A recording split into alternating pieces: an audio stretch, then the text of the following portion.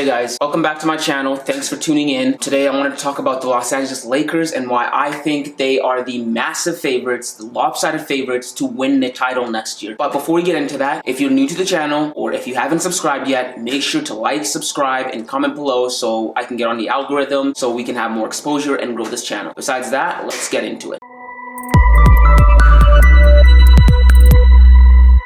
So I think the Los Angeles Lakers are the favorites to win the title next year for a number of reasons. One of the reasons I think they're the title favorites next year is the fact that they're reigning champions. The experience that they got from winning the title this year is priceless. It is. You couldn't pay for that. You couldn't get that off of free agency. Because last year, the only guys on their team that had that championship experience were Lebron, Rajon Rondo, and JaVale McGee. Two of those guys are gone, but now the whole roster basically has experience. And for some guys, that's really invaluable. For a guy like Anthony Davis, it's really invaluable because the narrative around him has always been he doesn't know what it takes. He doesn't have dog in him. He doesn't have what it takes to be a champion. But now, getting over the hump has helped him a lot because that first title is always the hardest to win. But once you make it across the hump, the grass is greener on the other side. Now that you know what it takes, it's easier for you, right? Now that you know where the line is, you know how long to pace yourself. You know what it takes in the finals, what kind of level of play, what kind of pacing you need to get to the final. I think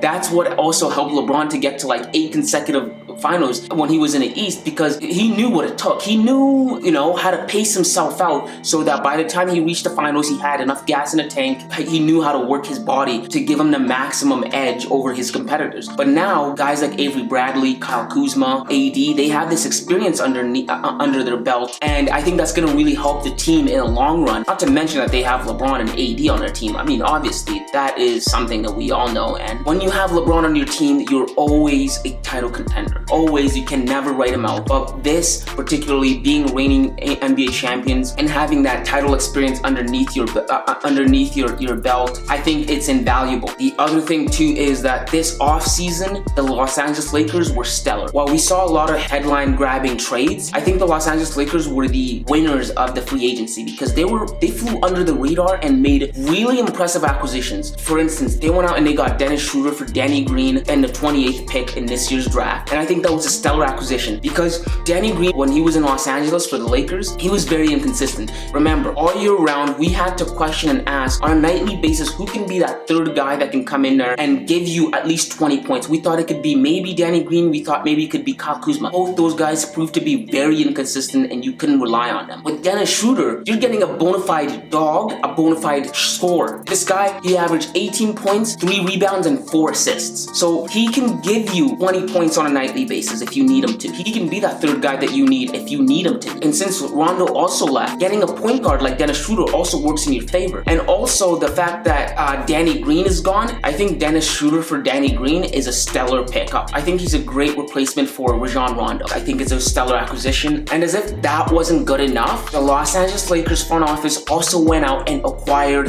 Montrezl Harrell from the Los Angeles Clippers.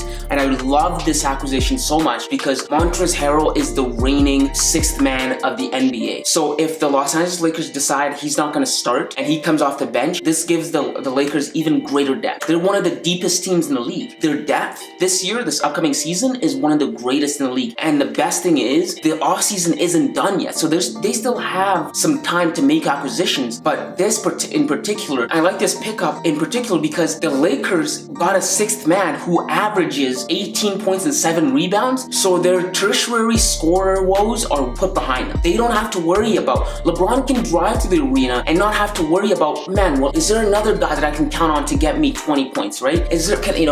Man, who am I gonna get those points from? He doesn't have to worry about that because he has Dennis Schroeder who can give him 20 points. He has Montrezl Harrell who can give him 20 points and grab 7 rebounds. He doesn't have to worry about that. He can sit there and distribute the ball all game long until the 4th quarter and then supplement the scoring. But this gives the Lakers incredible depth. And another thing I like about this acquisition is the fact that it empowers the Lakers by making them better while in turn simultaneously crippling their biggest rivals, the Los Angeles Clippers, right? Granted, the Clippers went out and they got Serge Ibaka to replace Montrez, but I like the 6th man over Serge Ibaka. I like Montrezl Harrell over Serge Ibaka, and I like that he went He literally essentially went across the hall to play for the rival. I like Montrezl Harrell because of the fact that he's a dog too, just like Dennis Schroeder. He's one of those guys who's got it where it counts, because if you remember before Paul George and Kawhi Leonard came to the Clippers, the core of the Clippers were Montrezl Harrell, Lou Williams, and Patrick Beverley, right? And when PG and Kawhi came to the Clippers, they started doing things that were rubbing the team the wrong way. For instance,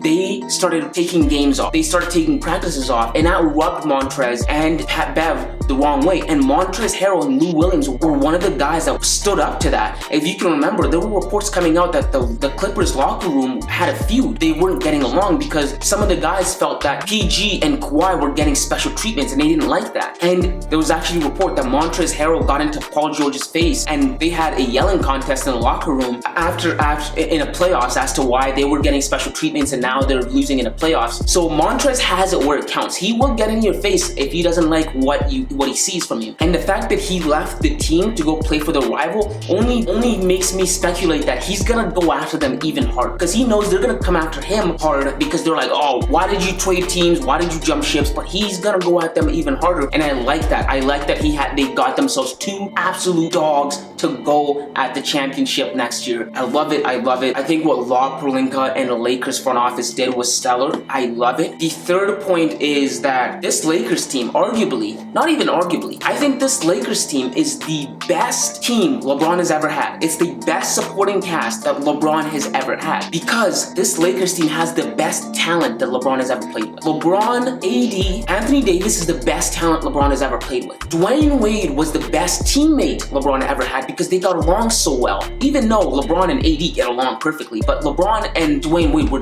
bros. They were bros. So you could argue that Dwayne Wade was the best teammate for LeBron, but talent-wise, AD is the best talent LeBron's ever played with. Kyrie Irving was a good talent, but he's nowhere near the talent that AD has. Kyrie Irving could go out there, make his own baskets, and was talented and can score, but Anthony Davis can do that and be a presence on a defensive end. He is a elite. He's an elite rim protector, and that's one of the best talents that you can get. I think if you were to take Dwayne Wade, Chris Bosh, Kyrie Irving, and Kevin Love, all the guys that LeBron has played with, and Anthony Davis, and you were to put them in a draft, and you were to poll a bunch of GMs and ask them, who would you rather take first? I think every one of them would take Anthony Davis, because he's just that talented. He's raw talent, and he's the best talent that LeBron has had. There was a reason LeBron moved heaven and earth to get him to play with him, because he is a special talent. And also that these guys that the Lakers went out and acquired, Dennis Schroeder, Montrezl Harrell, Avery Bradley, those guys, this team is so deep. It's so deep. And if Kyle Kuzma can step up his game next year,